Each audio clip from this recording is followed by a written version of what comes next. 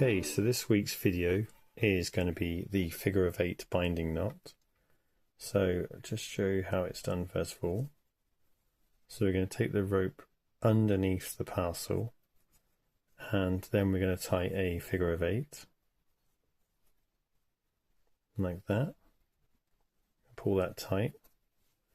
So there's our figure of 8, and then we can just pull this tight and it'll hold it reasonably secure there. Now, the reason why I show you so many figure of 8s, I think it's quite useful to learn one knot and apply it to many situations.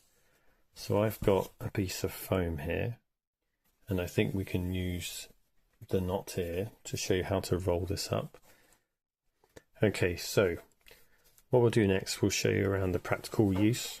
So we'll take the rope around our foam here, and we're going to take the working end under our working part. We're going to tie the figure of 8 knot. So there's our figure of 8 knot. We'll pull that tight. And then what we can do is just work this tighter so it holds it.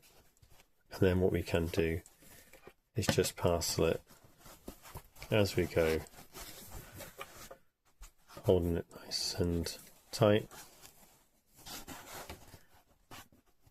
and then we could tie off at the end.